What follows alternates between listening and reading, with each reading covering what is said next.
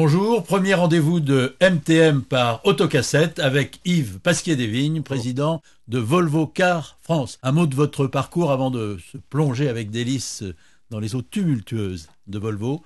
Vous êtes un HEC de bonne famille. Oui. Et à part l'automobile, vous n'avez pas fait grand-chose. Voilà, aucune racine automobile, mais bientôt 30 ans, en 2017, 30 ans d'automobile. Donc je suis tombé dans la bassine, et je n'en sors pas, je n'ai aucune intention d'en sortir. Je m'amuse beaucoup, mais pas de racine de garagiste. Le bal des débutantes, c'est chez BMW. Voilà, une chance extraordinaire, puisque du marketing dans une marque de luxe, très honnêtement, on peut démarrer dans plus difficile. Vous avez appris à nager avec Alain Mosconi chez Fiat. Voilà, il est venu nous rejoindre, je l'ai eu comme patron pendant 2 ans, au moment de la fusion du reste d'Alfa Romeo chez Fiat. Vous avez commencé Alfa, vous êtes passé chez Fiat, vous avez fait Lancia. Voilà, en fait, Alfa, qui a été racheté par le groupe Fiat, puis le groupe Fiat, et qui s'est mis à gérer l'ensemble des activités, Trimarque, Fiat Alfa Lancia, quand j'étais en direction régionale. Vous devez être un produit phare pour les chasseurs de tête, car on vous retrouvera aussi chez Chrysler, Jeep. Le hasard a bien fait les choses.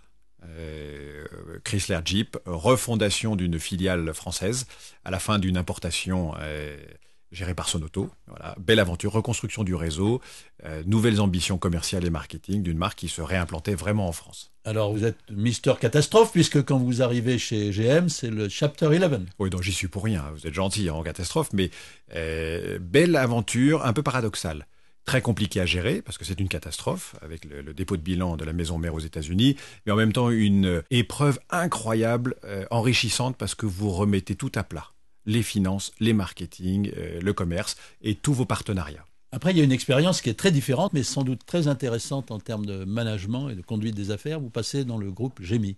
Oui, je passe de l'autre côté du mur, parce que c'est un concours de circonstances, une rencontre aussi avec le patron de ce groupe, et une très très très belle expérience, mais pas du tout un choc. On peut se dire toujours quand on passe de l'autre côté, il faut réinventer l'histoire. En fait, ma manière de fonctionner assez proche des concessionnaires aussi pendant les 20 années précédentes a fait que j'ai été dans le bain tout de suite, où là on est aux manettes, à l'opérationnel au quotidien, et c'est une véritable expérience. On dit qu'on met les mains dans le cambouis dans l'automobile. Tous les jours, vous vous réveillez le matin en vous disant il faut que ça fonctionne aujourd'hui, et c'est du micro-réglage avec de belles équipes. Alors dans le mercato du monde de l'automobile 2014, vous arrivez chez Volvo. Voilà, un concours de circonstances, des histoires aussi bien... Il n'y a pas eu une annonce dans le chasseur français. Volvo cherche son nouveau patron. Non, vous savez, c'est un petit monde. En fait, il y a assez peu de grandes annonces dans les journaux. Ça se fait un peu par cooptation, parce que c'est un petit monde.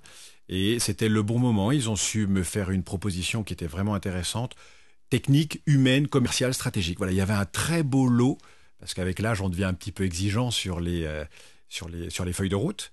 Et voilà, c'était le bon moment en 2015. Alors, un mot de ces conditions, parce que Volvo, là aussi, ça a été brinque-ballé, ballotté. La feuille de route était importante, c'est qu'on me permettait de reconsidérer une aventure aussi bien humaine que d'entreprise, que technologique et de produits. L'année 2015 allait marquer un vrai virage pour la marque Volvo, et c'était ce challenge de aussi bien emmener des hommes que rétablir une stratégie marketing sous la houlette d'un actionnaire très dynamique. Alors c'est ça qui nous intéresse. Au passage, vous parlez suédois avec l'accent chinois ou chinois avec l'accent suédois? La langue très très officielle est l'anglais, mais si je devais apprendre une langue, c'est définitivement le suédois.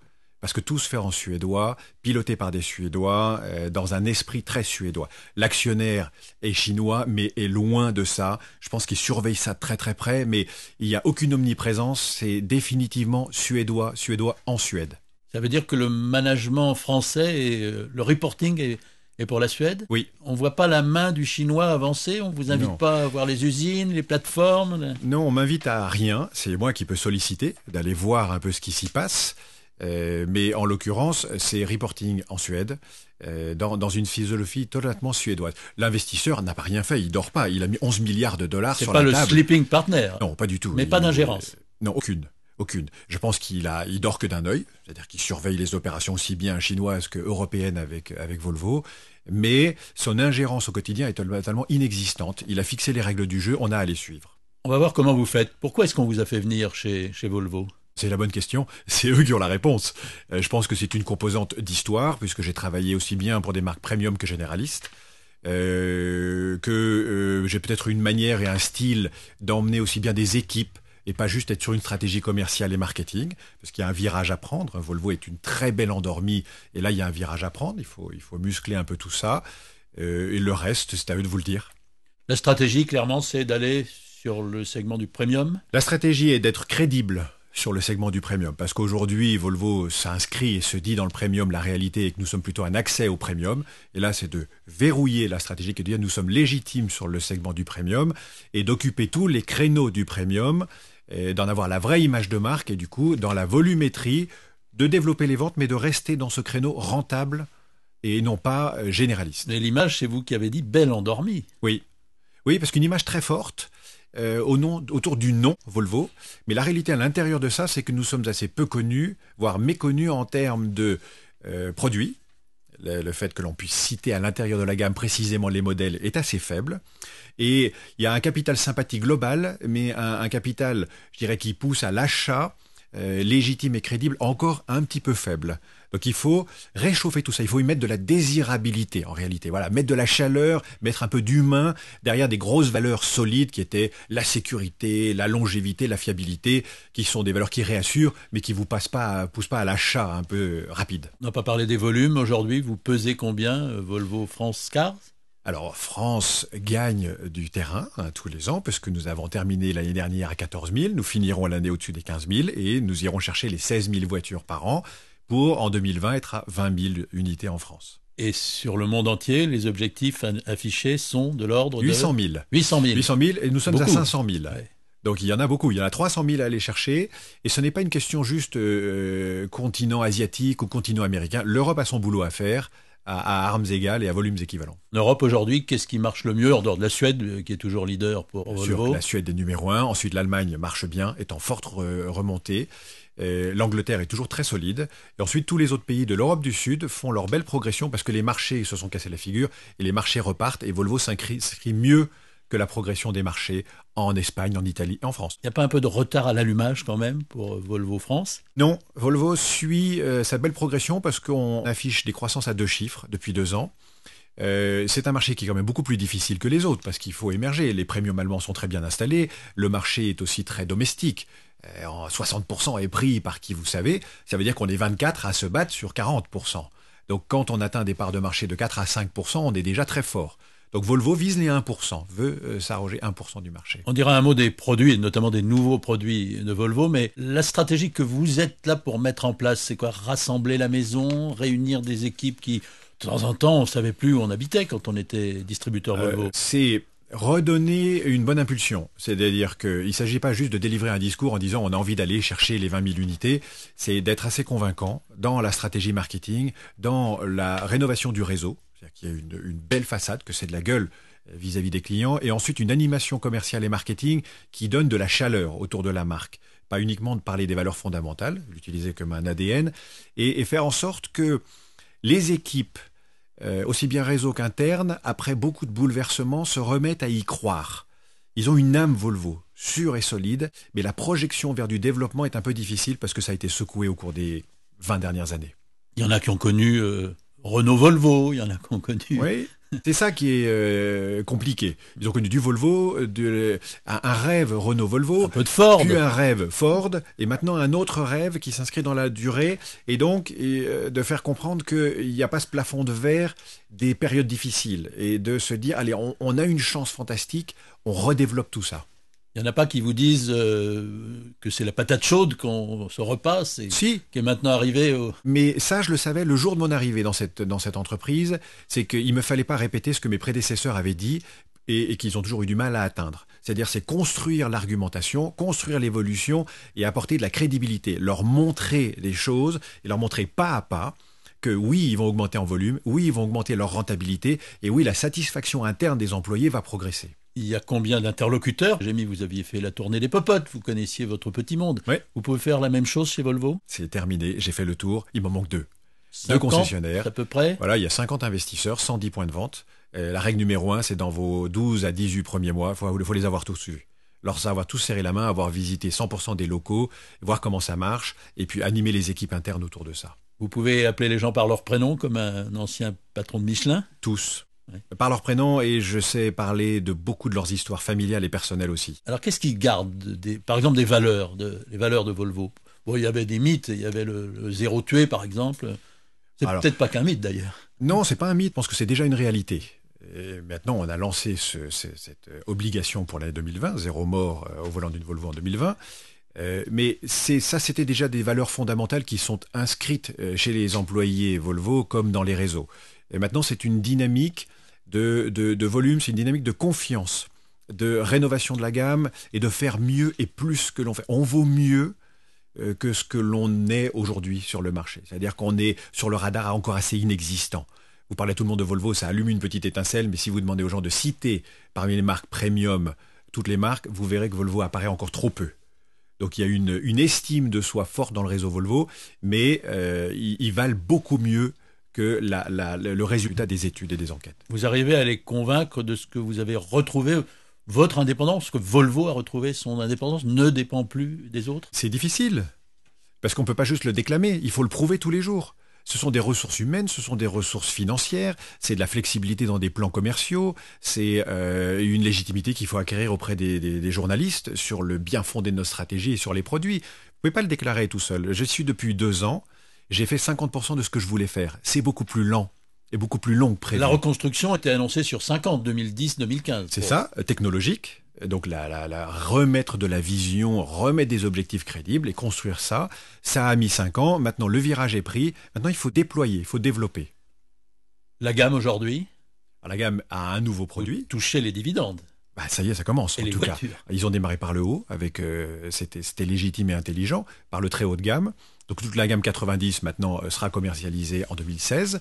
Et ensuite, dans un marathon de 2 années, la stratégie se met en place avec tout le renouvellement des hauts de gamme avec un vrai esprit de famille. Donc là, c'est parti. Le coup est parti. Aidez-moi à faire l'argumentaire pour le client. Hybride, c'est la solution. Tout le monde veut de l'hybride et vous ferez de l'hybride et vous faites de l'hybride. Bien sûr, on est déjà sur ce créneau. Là aussi, il faut y aller à pas mesurés. Il faut être crédible et apporter la solution technologique. Il ne faut pas forcément rêver en disant qu'on va noyer le marché dessus. Mais c'est une alternative qui existe. Elle est séduisante. On a fait un carton sur le modèle hybride du XC90 puisqu'on est à plus de 35% des volumes. Et sur 2000, c'est pas neutre, sur une année, en hybride, sachant que c'est une technologie chère. Mais il faut commencer à marcher maintenant, parce que le plus vous en vendez maintenant, le plus vous en vendrez demain, et les coûts baisseront par le volume. Donc oui, hybridation, et oui, full électrique en 2019. Alors le full électrique, allez, c'est quoi? On est obligé aujourd'hui de faire environnementaliste, écolo, pacifiste. Il y a une double conviction technologique. Bien sûr qu'il y a l'environnement joue. C'est un petit marché qui va exister, qui va émerger. Il faut des alternatives. Celle-là en est une. Vous aurez combien de kilomètres d'autonomie? Parce qu'il n'y a que ça de vrai finalement. L'ambition, c'est de dire en 2019, il y a au moins 400 kilomètres d'autonomie en électrique totale. Quel est le modèle qui va cartonner en France, comme vous dites, dans la nouvelle gamme? Il faut qu'ils cartonnent tous. Le XC90 est redevenu quasiment le leader de son segment, à peu d'unités du patron du segment, qui est un Allemand. L'année prochaine, nous allons avoir le XC60 qui est une star puisque nous sommes numéro 1 sur notre segment aujourd'hui, devant aussi les Allemands. Donc on va reprendre cette place et on a une gamme dans la gamme 40 avec des produits totalement nouveaux, XC40 en SUV, qui va nous permettre là aussi de consolider une vraie légitimité après le renouvellement de tous les autres. Où est-ce qu'on vous verra dans la grande bataille de la pub télé pour l'automobile? Pas forcément. Ce sont des créneaux sur lesquels il faut être, parce que tout d'un coup vous avez une visibilité. Mais la segmentation des émissions nous permet maintenant d'être très ciblés, d'utiliser vraiment les programmes. Nous sommes trop petits et pas assez riches. Donc il faut qu'on choisisse avec beaucoup de pertinence toutes nos stratégies et nos moyens. J'ai pas les moyens d'être sur des grandes chaînes de façon régulière. Donc c'est par action, mais je peux pas y être une fois non plus sur une année. Il faut que ce soit un peu au fil de l'eau pour qu'il y ait de la récurrence de mémorisation. Donc on choisit nos créneaux. Mais la télé n'est pas... on n'en a pas les moyens. C'est pas le seul rêve de notre marque. Et vous êtes en appel d'offres pour votre communicant, comme agence de pub. Oui. Nous remettons à plat. Ça fait partie des grands bouleversements. Il y a des années où il faut que vous preniez des décisions d'accélérer ou de changer le rythme ou de remettre en question un certain nombre de choses. Et là, c'est la décision qu'on prend avec l'agence de communication pour aller plus vite. Revenez au réseau et dites-nous comment vous communiquez avec eux. Il n'y a pas la grand-messe annuelle On est assez classique pour ça. C'est-à-dire qu'il y a 1 à 2 grandes messes annuelles. Sinon, c'est du quotidien. Vous savez, quand vous parlez à 50 investisseurs, vous les connaissez tous. Vous pouvez les avoir tous au téléphone. Il y a des commissions de travail. La particularité de Volvo, et c'est ce que je souhaite maintenir, c'est du relationnel quotidien. beaucoup d'humanité, beaucoup de flexibilité. Si un truc va pas, on se le dit dans les 5 minutes et on est capable de le corriger dans les heures qui viennent. Donc on se voit massivement 2 fois par an, sinon on se voit dans les affaires, et sinon on se parle beaucoup. On peut se téléphoner. On peut se téléphoner, ils ont tous mon portable, ils ont le portable de toute l'équipe. Vous savez, Volvo France, c'est 50 personnes. Vous en enlevez un tiers qui sont sur le terrain, ça veut dire que l'entité, elle fonctionne avec des gars qui sont pas très gras, il y a que du muscle.